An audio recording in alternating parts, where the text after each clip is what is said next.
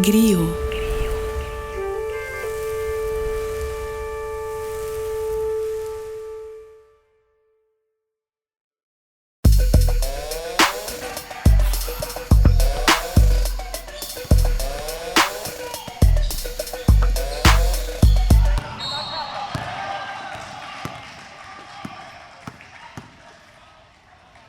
Olá, meninos e meninas, estamos no área online para mais um episódio do podcast do Massali.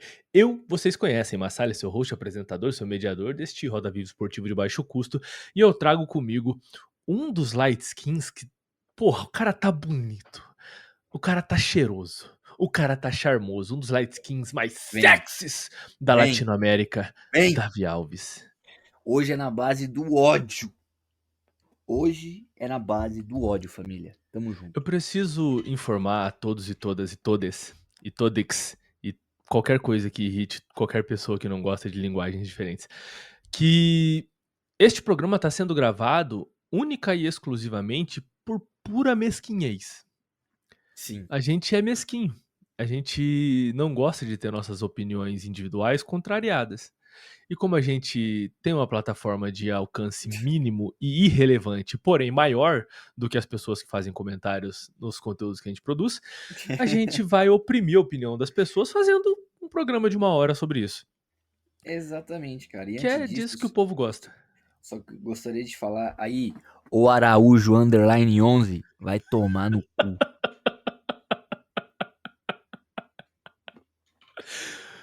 Mano, citar o arroba do cara, eu acho que é um bagulho tão ofensivo, porque só existe ele com esse arroba no mundo. É tipo uma impressão digital, tá ligado? Sim, cara. É O arroba, pra ele é, saber que, tipo assim, é culpa sua esse episódio. tá ligado? O arroba, ele é único, pessoal e intransferível, mano.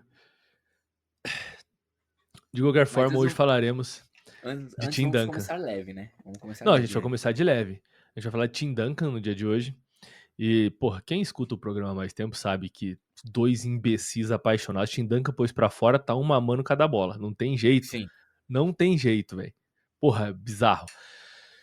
Mas antes a gente tem que falar, a gente é obrigado a falar do que é o Oklahoma City Thunder. Ô, que bagulho sem condição, mano. A gente achando que o jogo ia ser um pouquinho legal por causa de Luka Doncic e Shea. Pô, que isso, mano. A gente tá gravando esse episódio no dia que sucede ao jogo do OKC contra os Lakers. E, gente, disseram no grupo do WhatsApp, pô, é jogo de adulto contra criança, mano. E era jogo de adulto contra criança. Bagulho ridículo. Eu tava, como dizem, né, hoje em dia, P é pra 10, o Lakers tomou sozinho, mano. Bagulho bizarro, mano. Bizarro. E o Shai, tipo assim, jogando sem fazer força, mano. Ele nem se esforçou, cara. No ataque, sem brincadeira, parecia que o OKC tava meio que tirando o pé. Só na Sem J-Dub. intensidade. Sempre intenso, sempre intenso. Moleque, eu vou te falar uma parada. Eu tava assistindo o jogo e tome meia distância do Shai, step back do Shai, tome bola de 3 do Isaiah Joe chutando de dentro da minha cozinha aqui e matando bola lá no aro deles. E aí eu olhei assim e falei, mano, cadê o J-Dub? Falei, caralho, os caras tão espancando sem o Jalen Williams, mano. Sim.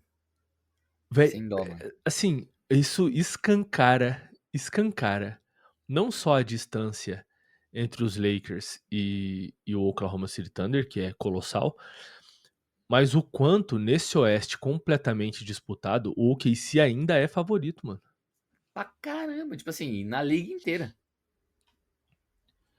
Não, é que assim, a gente tá falando do oeste, né? A gente tá falando da única conferência que realmente importa nessa temporada.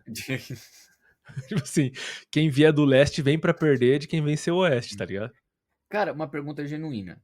Você acha que o OKC, essa temporada, é mais favorito do que Do que o Celtics? do que os Celtics eram na temporada passada? Acho, Justo. mano. E eu vou te dizer por quê.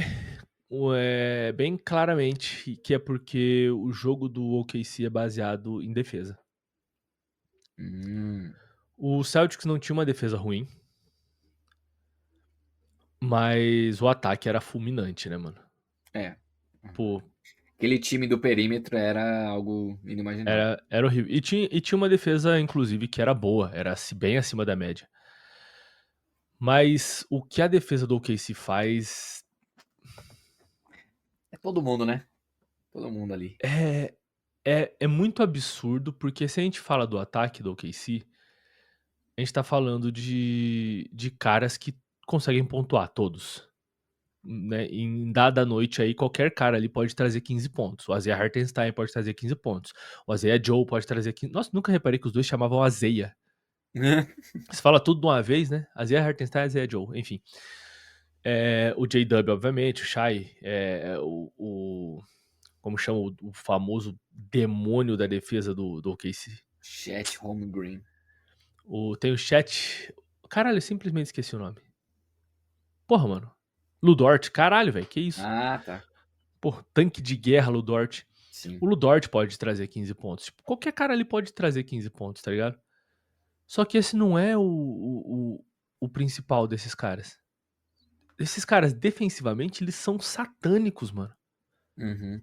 Satânicos. Os caras tiram alguém de quadra, ai, sei lá, mano, o Shai saiu pra descansar. Beleza, o outro time vai ter um pouco de paz pra defender. Entra Alex Caruso, irmão, como é que você vai atacar? Mano, como que você vai atacar? Por exemplo, não foi a situação desse último jogo. Mas, o Shai saiu. Ficou em quadra Ludort, Caruso, J-Dub, Chet e Hartenstein. Se os caras quiserem usar dois caras grandes. Irmão, você vai atacar como? Olha o inferno que é jogar contra esse time, mano. E eles vêm, colocam os Lakers pra mamar. Mano, não tem outra forma de dizer. É o famoso mama aqui, gloob gloob. Que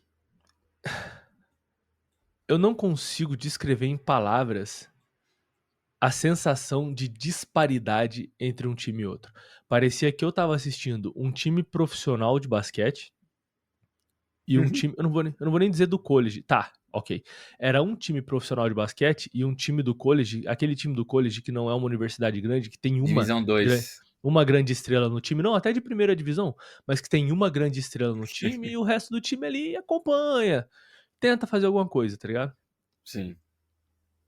Bizarro. Cara, Bizarro, bizarro, eu bizarro. acho que o time de OKC, mano, eu não lembro a última vez em que eu lembro em que todo jogo que eu assistia de um time, que eu falava, cara, esse time é melhor tanto ofensivamente quanto defensivamente. Que todo mundo. Você vai jogar contra o OKC, ele é melhor no ataque, ele é melhor na defesa. Caralho. Tipo assim, a gente consegue falar disso de jogador, tá ligado? Por exemplo, o LeBron no auge, mano, ele era o melhor defensor do que você, ele era o melhor jogador do ataque, mas não era pra todo mundo, era pra maioria. Hum. Agora, o time de OKC, mano, é o melhor time ofensivo do que todo mundo, que tem muitas opções, todo mundo é eficiente, todo mundo consegue atacar nos três níveis, e os que não conseguem são muito eficientes naquilo que eles se propõem a fazer. E defensivamente, todo mundo consegue marcar pelas múltiplas posições, tá ligado? Tô ligado, eu pensei, que o lance de marcar múltiplas posições não se aplica ao que eu vou falar agora, mas eu pensei no Spurs 2003, 2004, que o Spurs sempre teve uma mentalidade, né, defensiva, foi um time de Sim, mentalidade defensiva, mas que ofensivamente tinha os jogadores que tinha, tá ligado? sim. Mas eu acho que não era ofensivamente melhor que outros times dessa época não, porque os Lakers existiam. Então. E aí, não só os Lakers, mas o Phoenix Suns, do Mike D'Antoni também, nas temporadas seguintes, revolucionaram. Pode crer, porra, mano, eu me esqueço rotineiramente que o Mike D'Antoni foi o cara desse Suns aí, velho. É loucura, mano. Tipo assim, a revolução da bola de 3 pontos, ela se concluiu com o Stephen Curry, mas ela começou com o Mike D'Antoni em Phoenix Suns. Que loucura, mano. E ele dá um passo adiante nesse projeto quando o Houston Rockets decide comprar essa loucura dele, né? Sim. O Houston Rockets fala assim: então, tem um cara aí chamado James Harden, vocês estão no mesmo time e ele quer chutar. E se a gente fazer esse cara iniciar o ataque, todo mundo fica aberto na linha dos três, um corta a luz pra ele, só tem arremessador em volta dele. Se os caras fechar o passe, ele arremessa dos três ou vai lá dentro. Se os caras cobrir ele, ele passa pros caras arremessar livre dos três.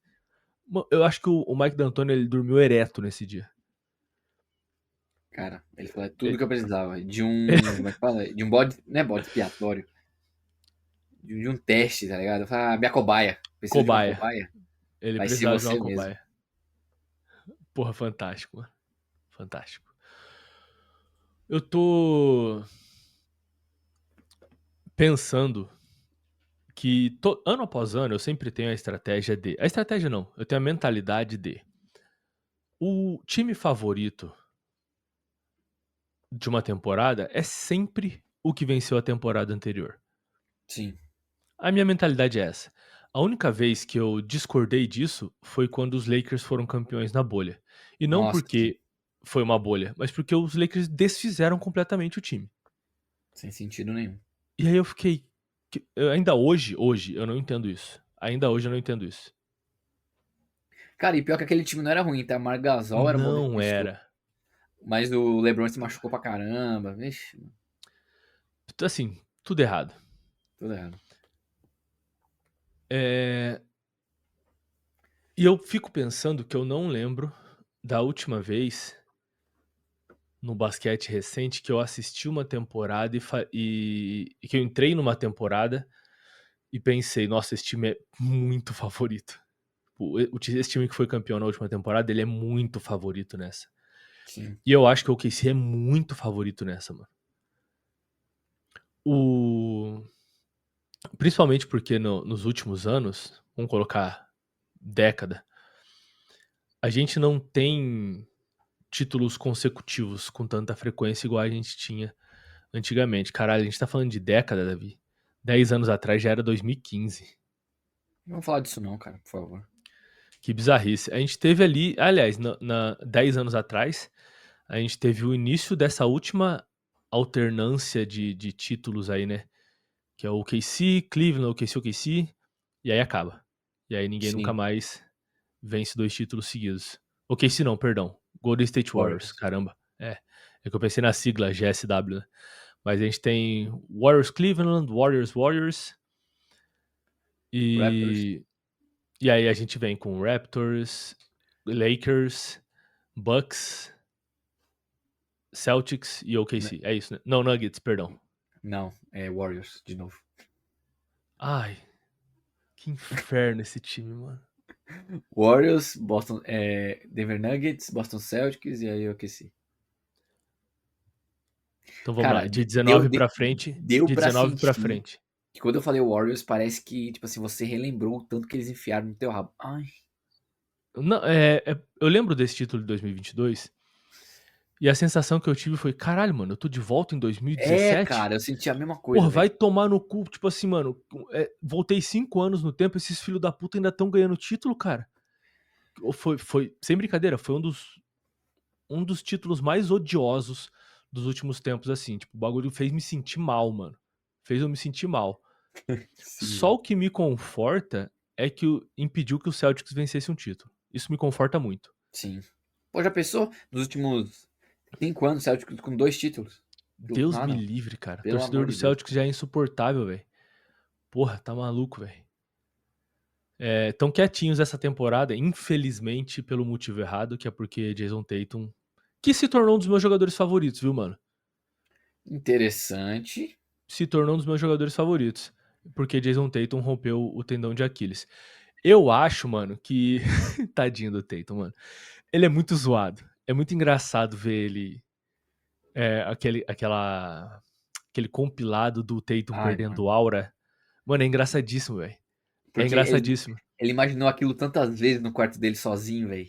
É isso que eu penso, mano, que ele foi uma criança mentalizando tudo isso, e ali é aquela criança externalizando isso. Eu fico com um pouco de dó, velho. Eu fico real com um pouco de dó. Mas ele se tornou um dos meus jogadores favoritos, mano, porque ele tem uma parada que tá faltando na NBA de hoje. Que é Aquiles. um. Calma aí, mano. Ele não tem também. E- É verdade. Que é um role model, tá ligado? Sim. Que é um real exemplo, mano. Tipo assim, porra, você não vê que o cara bebe, você não vê que o cara fuma, o cara é pai de família, o cara é campeão da NBA, mano. Porra, tá ligado? A última pessoa a ser assim foi o próprio LeBron, mano. Uhum. Cara, o hate nele é só porque ele é de Boston. Não, com certeza. E assim, eu já falei, o elenco de Boston da temporada passada, com exceção de Kristaps Porzingis, que eu detesto e vou seguir detestando até o fim dos meus dias, ele é um Tingas, elenco pingas. é um elenco que me fez ter mais simpatia pelo time do Celtics, mano. É, mano. O Jaylen Brown é Isso, gente boa pra caramba, mano. o cara é um nerd. Eu tava falando do Jaylen Brown essa semana pra minha esposa, minha senhora, Ana Carolina. Falando assim, mano, esse maluco palestra em Harvard. Mano, Tipo ele é assim, muito inteligente, velho. os caras não queriam draftar ele porque acharam que ele ia perder o interesse no basquete e ia pesquisar qualquer coisa aí no mundo. Tá Pô, sua mulher ligado? acha ele bonito também? Moleque, muito. Caraca, a minha só Muito. falta, sei lá, mano, abrir as pernas pra TV, velho. Calma aí. É sério, mano. Mas assistir NBA com a sua respectiva, com alguém que goste de homens, Cara, é é doideira, né? perigosíssimo. É perigosíssimo. Não tem pra que você fazer isso. Mano, é todo mundo milionário, bonito pra caralho e é o melhor no que faz, tá ligado? Sim, mano. Pra que você vai estabelecer uma competição desse nível? Não existe motivo.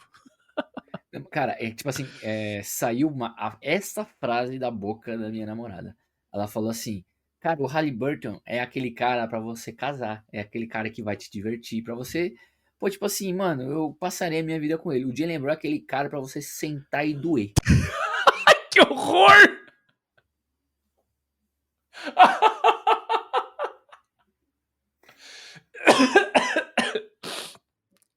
Meu Deus, cara. Meu Juro pra você, mano. Deus, cara. Cara, aquele momento eu tava, tipo assim, com a pipoca na boca, assim, tá ligado? Eu olhei pra ela e fiquei, O que você falou aí, mano, velho? como assim? É muito triste saber que por motivos completamente evidentes, nunca faremos doer como faz Jaylen Brown. Pô, aí tem nem como, né, Não velho? tem nem como, mas enfim. Pra não perder esse programa. O, o, o Jason Tatum sim se tornou um dos meus jogadores favoritos. E ainda bem que o Celtics não venceu 2 títulos nos últimos 5 anos. Graças a Deus. E o título do Golden State Warriors, mesmo assim, me fez pensar que eu tava delirando numa brisa de droga muito forte que me fez voltar 5 anos no tempo e eu tava tendo flashbacks de Stephen Curry campeão mais uma vez. Mas, voltando então de 2019 pra frente, o que a gente tem de títulos é Raptors, Lakers, depois dos Lakers Nuggets, correto? Bucks. Bucks, tá vendo, mano? Distorcido. Nuggets é 23. Então, Bucks, e aí Warriors, aí Nuggets, aí Celtics E e aí, o que esse? OKC. É isso, muito título, puta que pariu. Eu acho que eu consigo falar tranquilamente, só um minutinho que o Doc Rivers tá chegando. Eu acho que eu consigo falar tranquilamente os títulos de 2000 a 2010, mas eu não consigo falar os de 2020 pra cá, é bizarro. Vai fazer isso agora, vai. 2000 a 2010. Quero A nem gente tá saber. sem tempo, irmão. Não, É... vai. Que vai o Você quê? falou, vai ter que cumprir, irmão. Não, porra, ficar perdendo tempo do programa com isso. O moleque, se eu começar a pensar, minha cabeça vai doer. Onde eu quero chegar aqui dizendo isso? Alternância de, de, de poder, que é o que as eleições imprimem nesse nosso país. Mentira. A alternância de. que merda eu tô falando? Essa possibilidade de que os times não criem mais uma dinastia, ela é intencional, ela é criada pela NBA de diversas maneiras, né? Uma delas com o sistema de draft, outra maneira é o teto salarial, os tetos salariais, as possibilidades de multas que são agora gravíssimas, tá ligado? E eu acho isso bom. Vou te falar uma real, eu acho isso bom. É muito difícil você olhar pra um time e falar, caralho, daqui 5 anos os caras vão ter que se desfazer desse jogador aqui. Sim. Mas, é, tá ligado? Por essa alternância de campeões na NBA, eu acho que vale a pena. E pra retomar o fio de uma vez, eu acho que o OKC é o time que tem a maior possibilidade nesses últimos anos de ser a equipe que vence 2 títulos seguidos.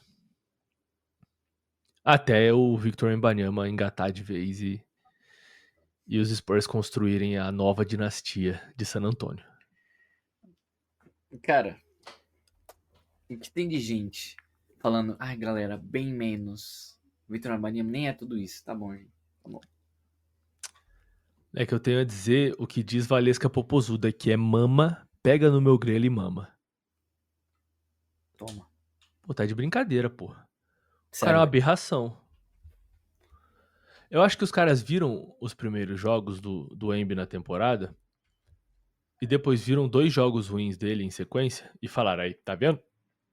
Eu não disse. Eu não disse, não. Assim, gente, calma. Tá ligado? Calma. Ele Tá só com o tem cu 21 dando, anos.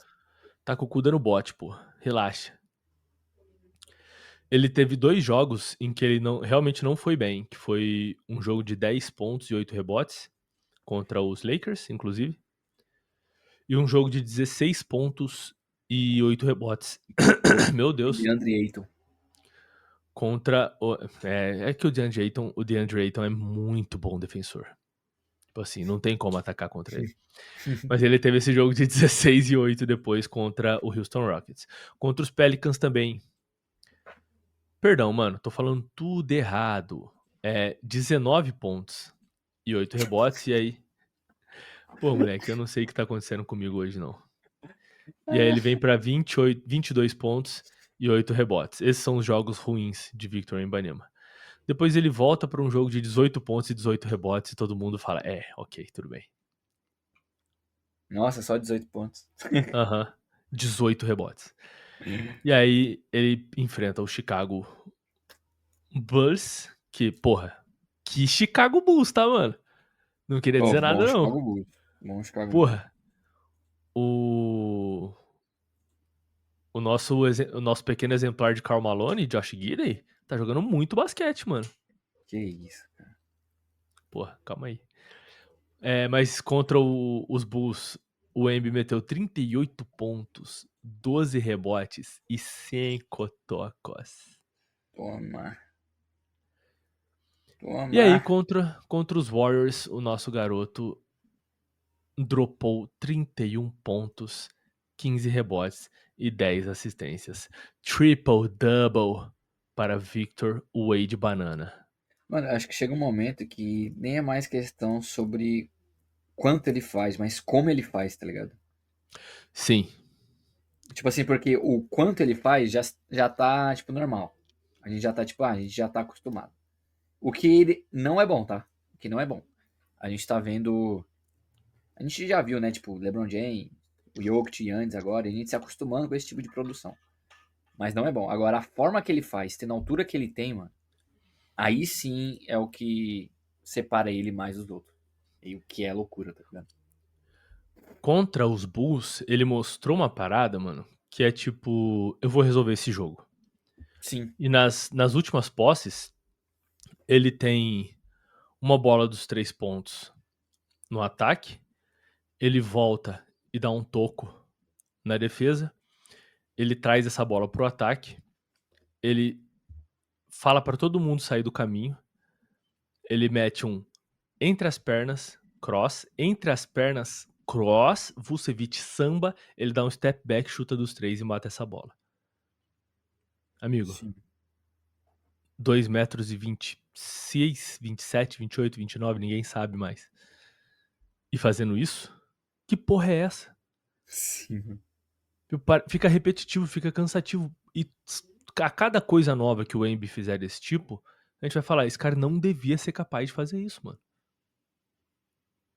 É inacreditável, é surreal. Mas até lá, até que o Embi seja um demônio completo, o Oklahoma City Thunder ele vai ser o time a ser batido. E eu acho que esse time pode ser batido, Davi, no Oeste, por uma equipe apenas. Qual? O Denvão da massa. Grande nível. Mano, colocaram um time em volta do homem. Eu consumi alguns conteúdos de alto nível sobre os Nuggets e o consenso estão deixando o Jokic jogar como ele prefere, sem Sim, ter o que que é pontuar. loucura. Sem Nossa, ter que cara. pontuar. Corta pra Assim, ontem ele fazendo 55 pontos. pois é, eu ia dizer, né? Até o Tai Lu falar assim, não vamos deixar ele passar não, porque o que ele quer fazer é passar a bola. Ele falou, ok, toma esse 50-piece nugget na tua cabeça aqui. Caralho, velho. Se você não tá entendendo o que a gente tá falando, os Clippers vieram com a estratégia de tirar as linhas de passe de Nikola Jokic. E ele fez 55 pontos. Apenas. E ele não tá querendo pontuar, tá? Não. Tanto que ele deu 6 assistências no jogo só, mas 55 pontos com um aproveitamento completamente ridículo. 5 de 6 da linha dos 3 pontos. Isso dá o quê? 85%? Mano. E 18 de 23 dos arremessos de quadra. Deixa eu te falar uma parada. Um dos melhores armadores dessa temporada, dos últimos 2 anos de NBA, mas dessa temporada principalmente, Cade Cunningham, fez 46 pontos um jogo desses. Só que ele tentou 45 arremessos. Mano, isso aí foi loucura. Kobe Bryant está Kobe! orgulhoso. Orgulhosíssimo. E o Jokic fez 55 pontos com 23 arremessos. Essa é a diferença, amigos. Quando a gente fala sobre eficiência, a gente tá falando disso. Eu não tô diminuindo o que o Cade fez. Eu só tô falando o que é ser um jogador eficiente. Cara, se o E, padrão de jogador eficiente for o Jokic, aí lascou. não. Ele não é o padrão. Ele é o suprassumo. É. Ele é o que existe de melhor. O true shooting dele é histórico. Ah, não. Aí Enfim. é o melhor que a gente já viu. Cansado de falar de Jokic. Mas já que a gente tá falando de um cara eficiente, Davi, eu quero entrar na pauta desse programa. Ai. Porque hoje falaremos o quanto you have no idea of how good Tim Duncan was. Se você pegou a referência, você pegou. Se você pegou a referência, você é cronicamente online consumindo conteúdo de basquete. Davi, a gente tá falando de Timothy, né? Nosso menino natural das Ilhas Virgens, território estadunidense, draftado com a primeira escolha do draft de 1997 pelo glorioso San Antonio Spurs. Sim. Considerações iniciais sobre Tim Duncan, o que você tem pra me dizer? Cara, vale ressaltar nesse começo da carreira do Tim Duncan que ele chegou depois de 4 anos na faculdade, onde ele teve uma baita carreira, terminando a sua Inclusive, passagem no college como o maior reboteiro da história. eu posso trazer pra você aqui os números do último ano do Tim Duncan no college. Traga. Ele jogou pela University of Wake Forest. E as médias dele em 96 e 97, no seu 4º ano de universidade, foram de 20,8 pontos. Você tá pronto? Vai. 14,7 rebotes. 3,2 assistências. Eu achei importante colocar assistências aqui pra mostrar que ele tem falhas no jogo dele, que ele não é perfeito. Sim. Ele não é um homem perfeito. E 4 stocks, Davi. Sendo 0,7 roubos e 3,3 tocos. Stocks, para você que escuta a gente pela primeira vez, é a soma de roubos e tocos. De onde vem stocks? É a junção das palavras steal e blocks. O Tim Duncan teve um aproveitamento de 63% de true shooting nesse último ano do college dele. Ele chegou sendo um jogador pronto na NBA, né? Praticamente. Pronto. Quando a gente fala da carreira dele no college, ele foi 3 vezes o jogador defensivo do ano. Então, é um cara que ele já mostrava tudo aquilo que ele era bom e foi um dos poucos jogadores, cara, de cabeça assim, tem no máximo 5 que entraram na liga e automaticamente já se tornaram o melhor jogador do time e top 10 da NBA. Eu posso lembrar de Kareem Abdul-Jabbar, Michael Jordan, LeBron James, Tim Duncan e Magic Johnson. E eu acho que essa é a lista de jogadores que entraram, tiveram impacto imediato, se tornaram o melhor jogador do time e top 10 da NBA. Porque não tem como a gente abrir mais esse leque. E quando a gente olha para a produção que ele teve na primeira temporada, a diferença de vitórias do time de 97 para a temporada de 98 é uma coisa de louco.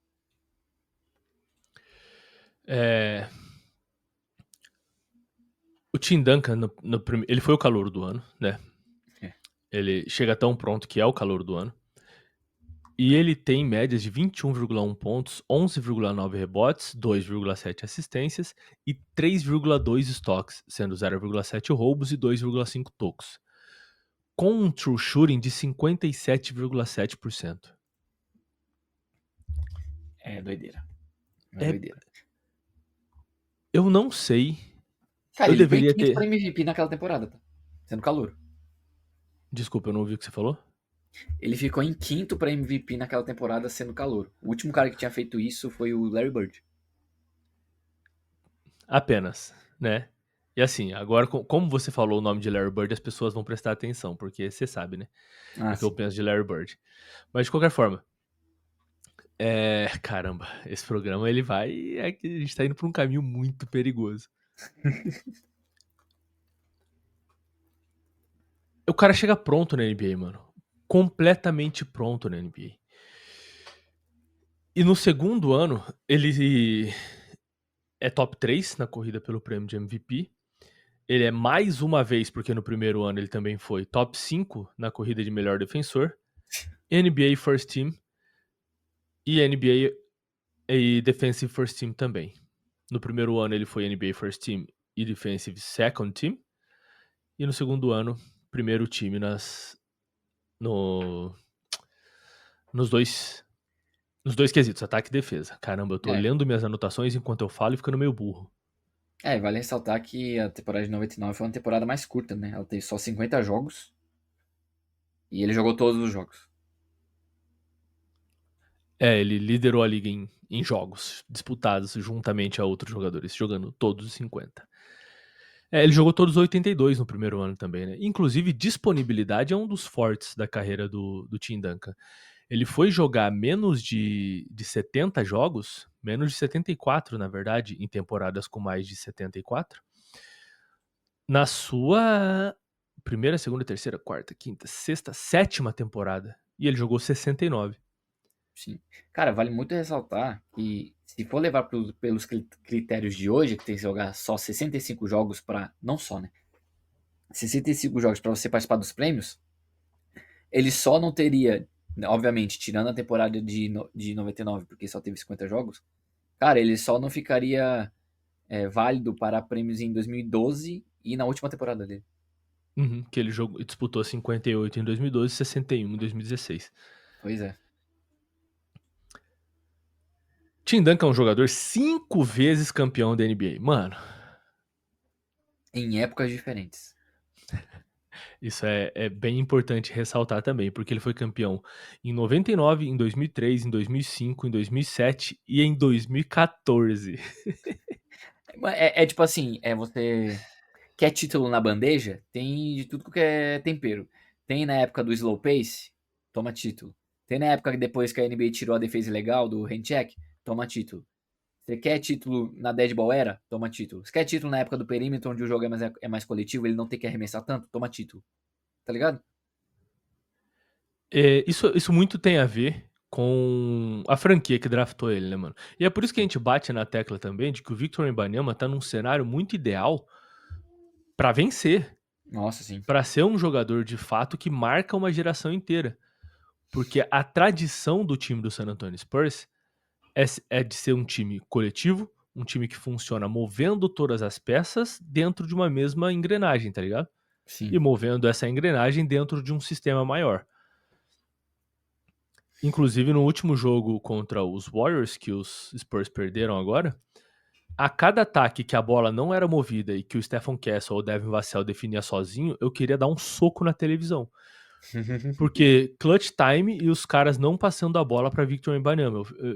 Às vezes falta um pouco de modernidade também no sistema, que é, amigos, procurem a estrela do time para resolver essa merda, porra. Existem momentos que a filosofia, ela tem que, tipo, eu acho que também às vezes é um pouco do Ebaniama isso, sabe? Tipo, a hierarquia do San Antonio Spurs ela é muito respeitada. Eu acho que se fosse outra franquia, o cara falou, mano, me dá essa merda dessa bola aqui, vai. Tá. É, pode ser. E tem momentos como ele faz, como fez contra o Chicago Bulls, que pede a bola e fala, sai do meu caminho. Get out of the way. De qualquer forma, o Tim Duncan teve sim um solo fértil para plantar suas sementes. Ai, que delícia. Então, E se tornar o campeão que ele se tornou, 5 vezes campeão da NBA, 3 vezes Finals MVP, 2 vezes MVP da temporada regular. E por 15 ocasiões, o homem foi All-Star, ao NBA e ao Defensive Team. jogador Da com sua mais carreira seleções de... defensivas da história, né? Sim. Da sua carreira de 19 anos. Cara, é loucura pensar que, não só em questão de títulos, mas a consistência, às vezes, ela é muito subestimada. A gente tá vendo isso um pouco com o LeBron James, mas eu acho Uhum. que com o Tim Duncan foi mais forte porque ele tava numa época onde tinham tipo, anomalias, como o Shaq, jogadores esteticamente que chamavam mais atenção, como Kobe Bryant. E eu acho que o senso comum é avaliar um período pequeno, mas dominante, como se fosse melhor do que você ser de forma consistente e muito efetivo. Se você vê uma tape do Tim Duncan jogando em 2002 e ver uma tape dele jogando em 2014, vai ser basicamente a mesma coisa, sabe? Ele provavelmente um pouquinho mais lento, não tão mais ligeiro assim, mas os mesmos movimentos, as mesmas tomadas de decisões. E isso às vezes as pessoas falam, mano, é entediante, sabe? Eu Sim, entendo, mas pro jogo de mas discordo. basquete, exatamente, é completamente inútil esteticamente ser mais bonito quando o Tim Duncan, cara, ele tava num contexto muito da Dead Ball Era, né? Quando a gente fala. E dentro da Dead Ball Era, o time dele é um dos times mais lentos, que tinha o menor pace. Então você já tá numa época em que o pace é baixo. E seu time ainda tem um dos menores paces. Então, às vezes, os números dele podem até ficar um pouquinho mascarados pelo impacto real que ele tinha. E uma forma que eu consegui achar de padronizar isso é mostrar os números dele de 98 a 2010, não por jogo, porque além de estar na Dead Ball Era, o time dele tem um dos menores paces, eu coloquei por 100 posses. Cara, você sabe os Boa. números dele de 98 a 2010 por 100 posses? Não sei. 31,2 pontos, 17 rebotes, 4,5 assistências e 4,6 estoques. Meu pai amado. Então, quando a gente padroniza para todo mundo, isso aqui, cara, é número para vencer MVP e defensor do ano toda a temporada. Isso colocando esses números de forma consistente de 98 a 2010, cara. Isso é loucura. Isso é loucura. Eu acho da hora você falar que a consistência ela é subestimada, porque eu sou um cara que eu sempre prezei mais o auge em relação à longevidade, né? Sim, Mas tem caras que conectam essas duas coisas, mano. com certeza. O, o Tim Duncan foi um desses caras. O LeBron é o maior exemplo que a gente tem disso na história da NBA. E tem um outro cara que teve um auge muito monstruoso e chamativo, diferente do Tim Duncan, mas que teve uma longevidade gigantesca dentro da NBA também, que é o Kevin Garnett. Sim, E mesmo sendo reconhecido como um dos melhores jogadores defensivos da história da NBA, eu ainda acho que o Garnett é subestimado, mano. ele é, mano. Ele é. Ele ficou muito tempo em Minnesota, não ganhou nada, né? Uhum. Mas eu acho que basquete, bola laranja, a disputa entre Kevin Garnett e Tim Duncan é mais próxima do que a disputa de Kobe Bryant e Tim Duncan.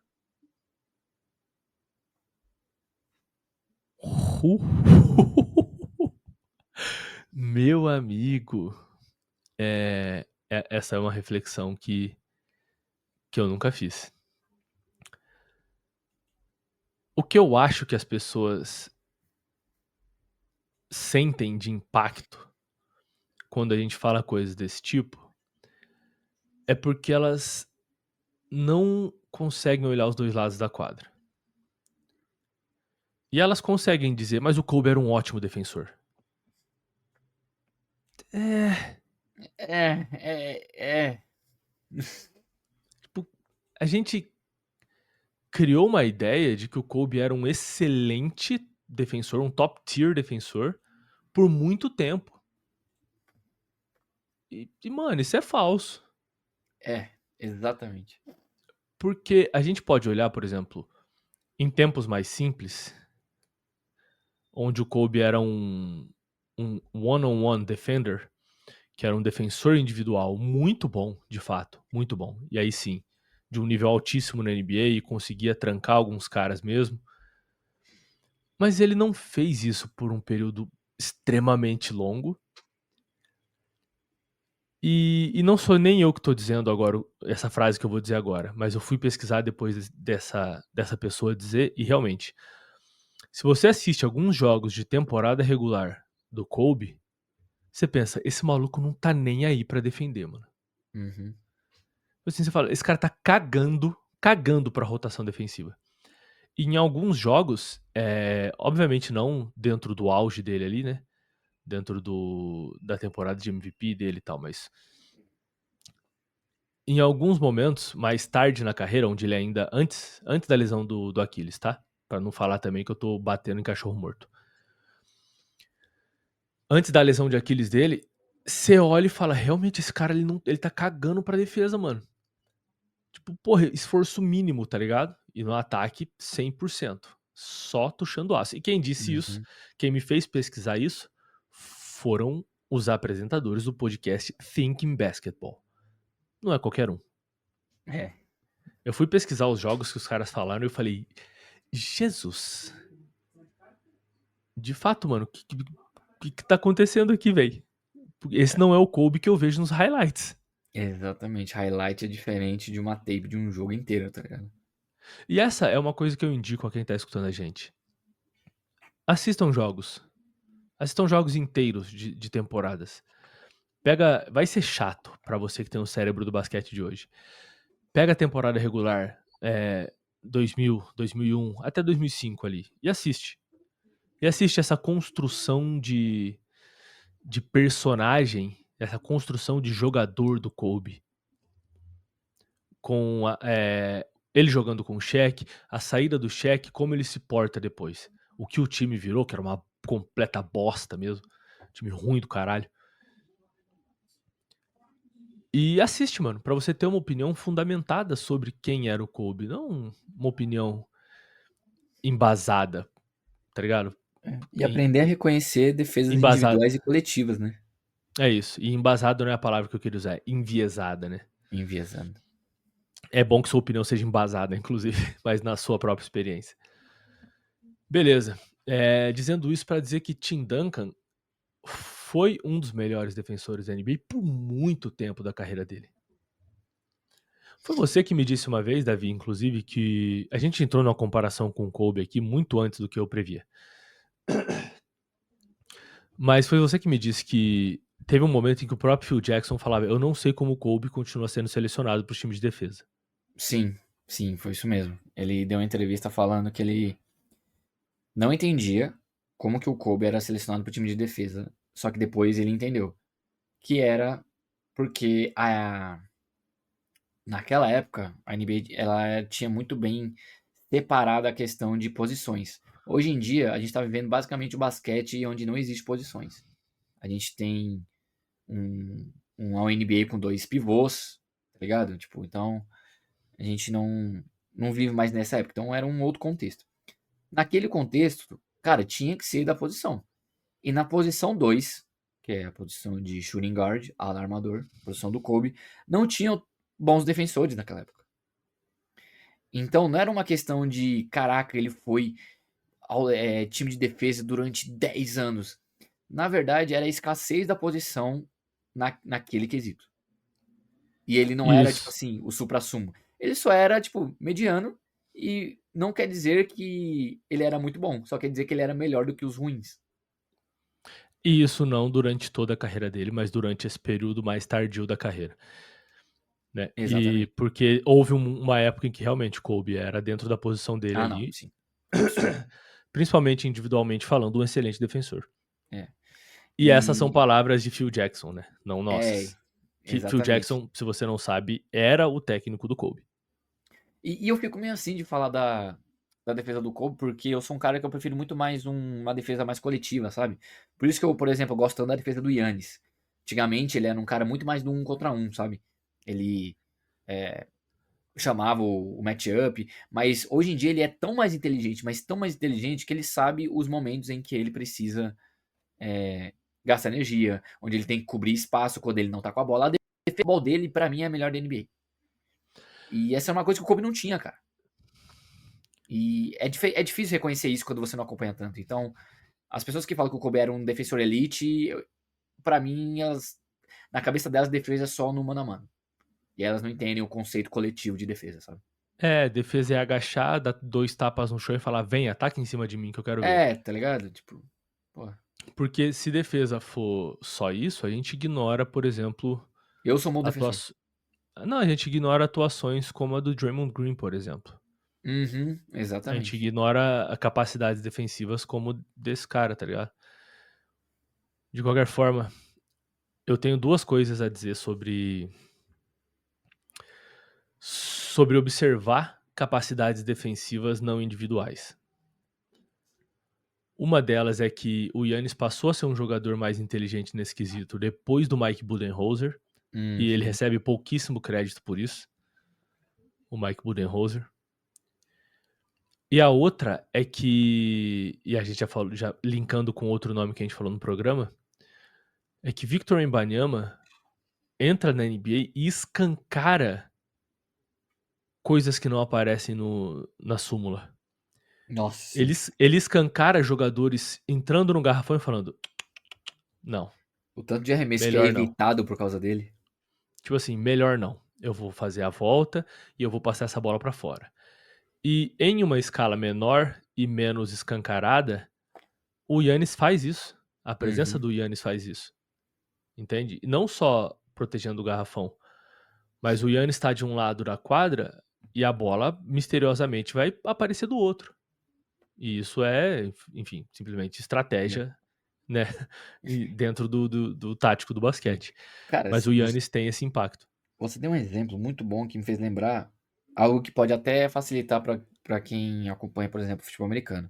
Tem uma posição chamada cornerback no futebol americano, que é basicamente marcar o wide receiver, que é o cara que vai receber a bola. E aí tem uma estatística que mostra se o cornerback está sendo produtivo ou não, que é deflections, que são passes defendidos. Só que um cornerback ele só vai ter um passe defendido se a bola for lançada para ele. Só que quando o cornerback ele é tão elite, mas tão elite, o cornerback ele evita de lançar a bola pro lado que ele tá. Então ele não vai ter tantos passes defendidos. Tá ligado? Olha que fita, mano. Então, você não. Como que você vai calcular uma. Por exemplo, um cornerback que é tão elite assim, se ele não tem tantos passes defendidos? Mas é exatamente por isso. Porque não estão querendo lançar a bola para onde ele tá. O E é a cara é mesma tão coisa. bom, o cara é tão bom que você tem que parar de analisar as estatísticas individuais dele e começar a analisar as do time. Do Exatamente, mano. tipo, por que é que contra esse time os passes pros wide receivers não acontecem? É porque tem esse Uhum. demônio lá, esse cornerback defendendo esse cara, tá ligado? Exatamente. É E no tipo, basquete é isso também. por que é que contra os Spurs os times fazem menos bandejas? Mano, porque tem a Torre Eiffel parada no garrafão dos Spurs, velho. Sim. Cara, e E, eu acho mano, muito legal essa diferença de gravidade, mano. Porque eu vi uma estatística, foi até do Think Basketball, mano. Os times que jogam contra o Milwaukee Bucks, por exemplo, eles cedem mais arremessos livres de três. Por que será? o impacto do Yannis na linha dos três, a gente falou sobre isso, né, em um programa também, que a crescente da quantidade de arremessos dos três do time dos Bucks ao longo da estadia do Mike Budenholzer lá e até os últimos anos agora. Tipo, acho que teve um momento em que o time dos Bucks estava arremessando 58% dos arremessos de quadra vinham da linha dos três. Cara, isso é. Ai, mano, que Isso loucura. com o Yannis em quadra. Sem o Yannis em quadra, isso caía drasticamente, tá ligado? Sim. Essas coisas são muito, muito Hoje fodas de mesmo, observar. o Milwaukee Bucks é o time com o terceiro melhor aproveitamento de bola de três da NBA, pô. Pois é. E tem gente que impacta o time dessa maneira. E só pra voltar à pauta desse programa, que é Tim Duncan, e, né? Incrivelmente a pauta não é o Kobe, apesar de a gente estar falando só dele aqui nessa porra. A gente tem que observar muitas coisas que não aparecem na súmula pra observar o quão bom Tim Duncan realmente foi, o quão completo ele foi. Porque bom, você consegue ver ele individualmente.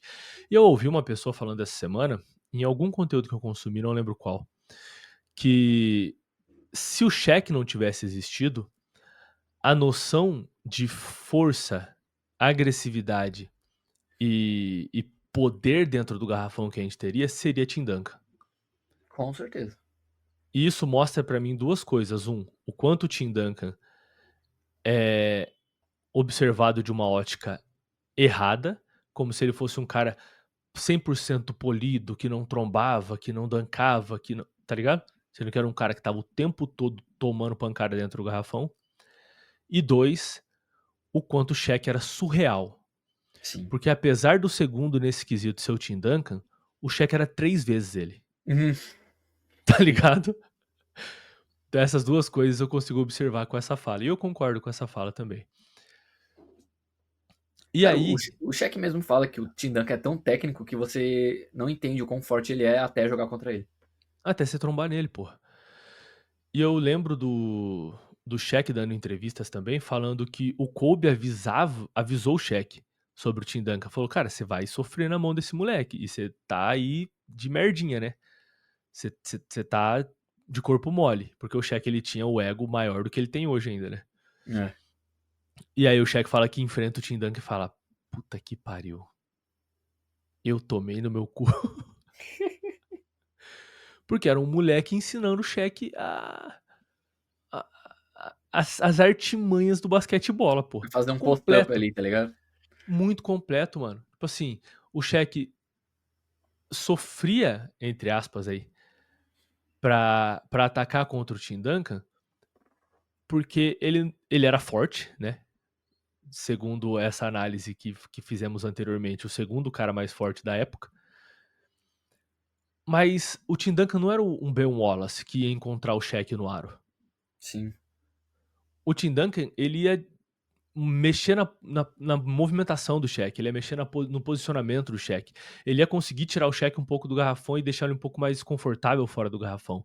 É um cara que ia encontrar as tentativas de arremesso do Shaq, não em cima, mas na própria mão dele, tá ligado? Que era a forma que o Tim Duncan dava toco, porque ele não pulava uma gilete, tá ligado?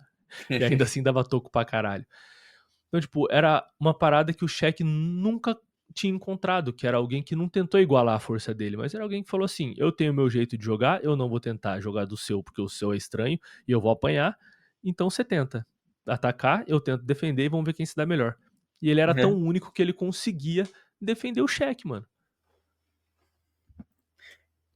Provavelmente o cara que melhor defendeu o Shaq na carreira dele. Tirando o Sim. Hakim Olajuwon em 94, né? 95, no É, caso. numericamente, a gente pode fazer essa comparação, inclusive, e trazer um programa sobre o Shaq Cara, e, eu e acho que os seria até bom, porque eu acho que muita galera que acompanha a gente não entende o que foi o Shaquille O'Neal. É, e não entende por que que a gente acha o Shaq maior que o Kobe, por exemplo. É, tipo assim, o jogador mais dominante fisicamente. É, mas não é só isso. Tem mais. Não, não, não. Eu acho que muita gente tem contato com o que o Shaq foi nos Lakers e só. Mas quando o É, Shaq entrou na NBA, no Orlando Magic, a mano, capacidade técnica dele, a capacidade de realmente levar a bola pro ataque, de puxar sim. contra-ataque. Ele foi real o Giannis antes do Giannis. Não tô dizendo que É, o Giannis é um aprimoramento do Shaq. Mas eu tô dizendo que o Shaq foi uma planta, um rascunho muito bem feito do que o Giannis é hoje, tá ligado? sim. E aí o Shaq depois migrou o jogo pra dentro do garrafão por conta das questões físicas dele e se tornou esse monstro que a gente conhece, destruidor de tabelas, mas ele era um cara bastante refinado, bastante refinado. Sim. Que escolhia. Ele vinha muito mais de frente pra cesta do que de costas, né? Do que a gente acabou vendo. Aham. E pra finalizar, eu quero dizer que se Shaq é maior que o Kobe, o Tim Duncan é maior que o Shaq. Sim. E É, a gente mano. pode fazer comparações do tipo. a quantidade de títulos, né? O Shaq e o Kobe tem... Aliás, o Duncan e o Kobe tem mais que o Shaq. Finals MVP, o Tim Duncan tem 3, o Shaq tem 3 também. E o Kobe tem 2? Kobe tem O Kobe 2. tem 2. O MVP de MVP. temporada regular, o Tim Duncan tem 2, o Kobe tem 1. Quantos o Shaq tem? Um também. 1 também, né? Fiquei O na Tim dúvida Duncan se era 2 ou sozinho se era 1. tem o que os dois têm junto. Aí você jogou bola. Essa é uma forma de trazer o número também. Mas não se resume a isso, mano. Se resume a... Shaq e Kobe eram extremamente midiáticos, jogavam em Los Angeles. Uma parada que muita gente comenta sobre é a mentalidade do Kobe. E a Mamba Mentality. Como se o Kobe fosse o primeiro jogador a ter uma mentalidade assassina na NBA. A Mamba Mentality que na primeira oportunidade que ele não teve um time no nível que ele queria, ele pediu pra ser trocado. E só não foi trocado porque ele não aprovou as propostas de troca. Então a gente idealiza o Kobe como um jogador que ele não foi. Assim, ele é um dos maiores da história. Não tenha dúvidas de que o Kobe é um dos maiores da história. Mas ainda assim a gente consegue superestimar ele em muitas ocasiões, mano. Sim. É muito foda porque o Kobe foi um produto muito rentável à NBA e a NBA impulsionou essa rentabilidade da melhor maneira possível. Uhum. Isso junto ao sucesso que ele fez com o Shaq, isso junto ao que era o Los Angeles Lakers, isso faz a gente ter uma visão de quem o Kobe é um pouco exacerbada, mano. E, de novo, eu não quero tirar de quem ele é, porque ele é foda. Ele é um jogador muito foda, mano. Tipo assim. Mas você acha que o LeBron não tem uma mentalidade de trabalho, estando 20 anos na liga em alto nível? Você acha que ele não tem essa mentalidade? Porra, É, você é, tá ligado? é que o pessoal, tipo, é a questão da mítica, né? Da mística, na verdade. O que que te assusta Uhum. mais, mano? Ó, eu vou falar o que que me assusta mais. O Kobe, ele tinha aquela mentalidade assassina, ele olhava na sua cara, falava que ia meter 40 pontos na sua cabeça, fazia aquela cara de bravo.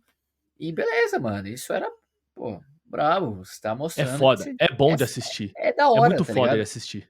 Só que vindo da boca do Kevin Garnett, ele falando que o que mais assustou ele foi ele provocar o Tim Duncan, fazer o que for, mano. E ele não falar nada. Não ter uma expressão e mesmo assim acabar com o jogo. E aí no final do jogo só falar: Go game, big fella. Mano, isso é muito mais O assustador, Garnett cara. falando.